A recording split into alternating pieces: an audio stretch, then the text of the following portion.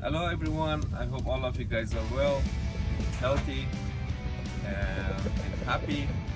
That's the important part. Um, the video you guys are about to watch is a service call that I read yesterday. But this video is for mostly for people, homeowners that they're buying a new house or they have a house, they never inspect their air conditioning.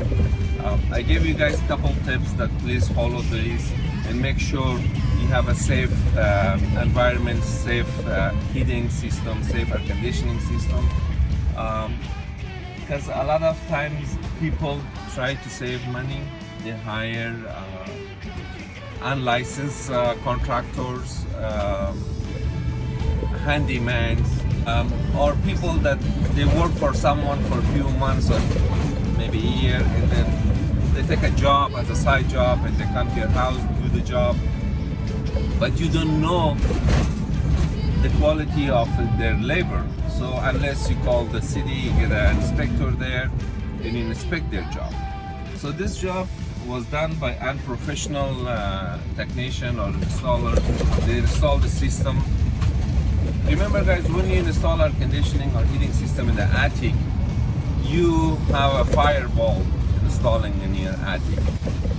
You should consider everything, enough oxygen in the system, you have enough ventilation in this attic, your system is working properly, you have to check your gas pressure.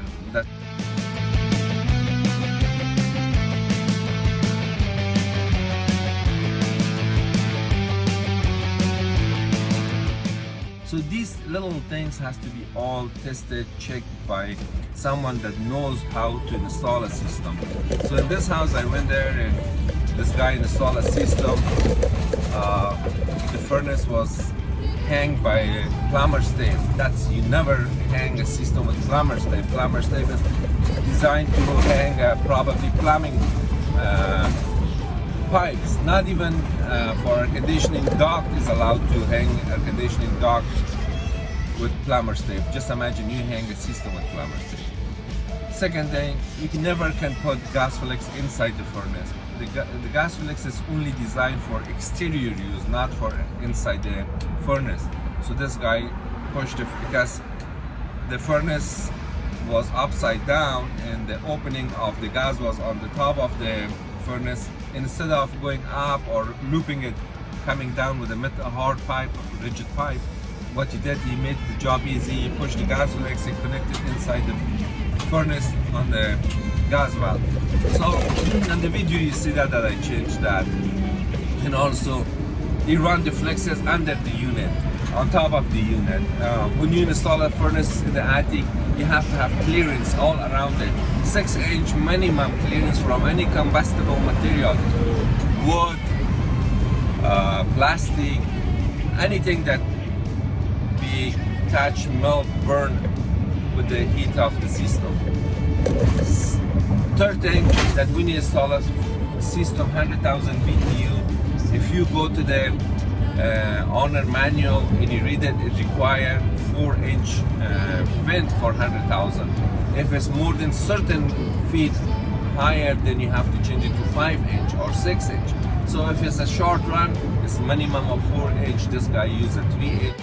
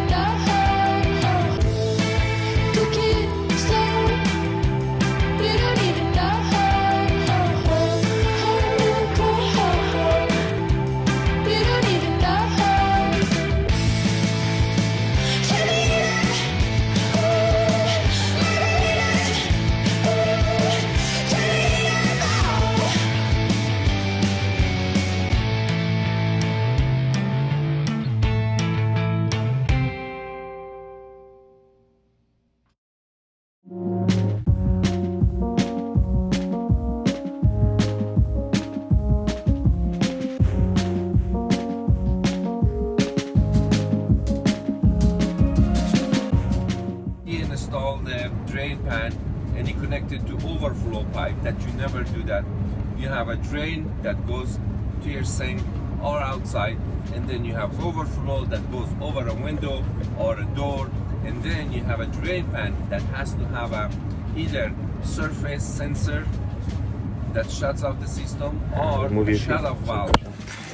This is the drain, this is the overflow.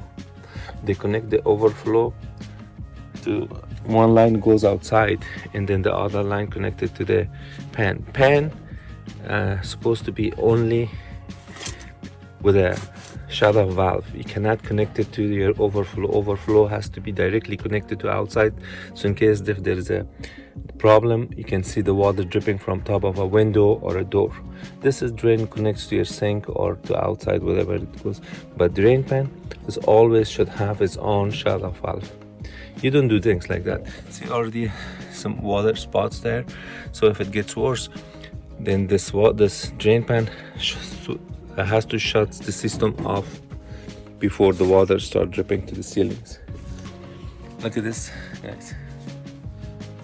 So this is as an example of people how they work. Look at this, it's already burned, but look at this, he damaged the unit, he cut out of the unit. I don't know what this guy did. Yeah, this furnace has to be replaced. This is really, I see that there's a lot of, let me open the fan so we can check the fan too.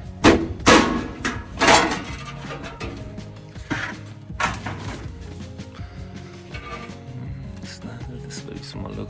There's no planer box, they just connected the return directly to the, I mean, if it was the size was good, if it was 18 inch or 20 inch, I could understand, but a 16 inch, and they connected directly.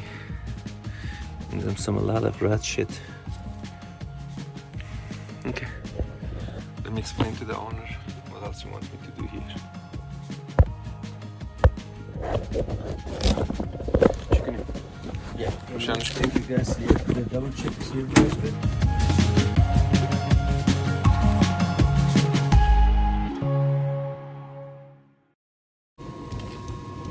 So what do you guys think? How is this unit? Why don't you guys give me a comment in the bottom and tell me what should I do with this? These are the readings.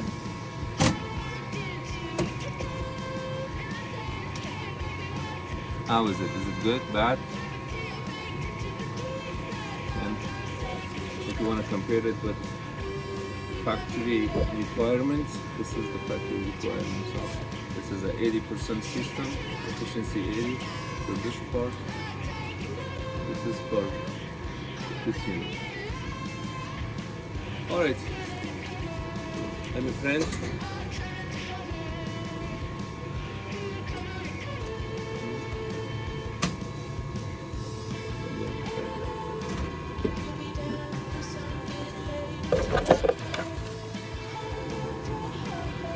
Did you close the valve pipes?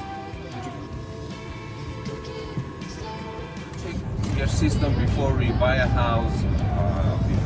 It's a very expensive part of your construction. When you have a system that is that bad, right now in California, that this person replaced that unit and fixed the ductwork, he's looking minimum of $15,000, $10,000 project.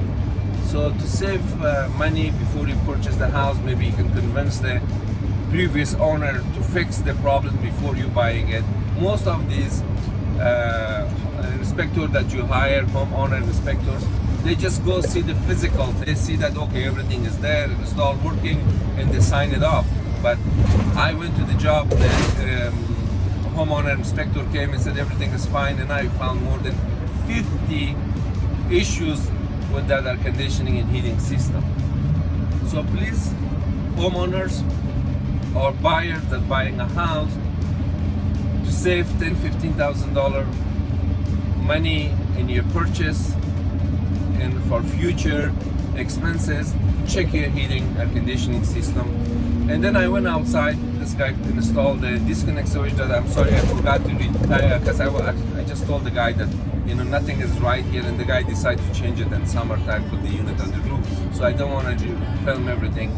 So you put the disconnect switch right on top of the condenser. You cannot put the electric box, the shut off, where you're shutting off the power on top of a system. So if there's a short in the condenser, I have to lean down on the condenser to turn off the power. What's gonna happen to me? I will get electric shock, probably I die. So there's a lot of safety issues when it comes to air conditioning and heating system. So I hope you guys enjoyed the video. I'll see you guys in the next video. Take care of yourself, be safe, and please hire people that they know what they're doing, and don't trust just anyone, and don't hire people because their price is low. Thank you guys.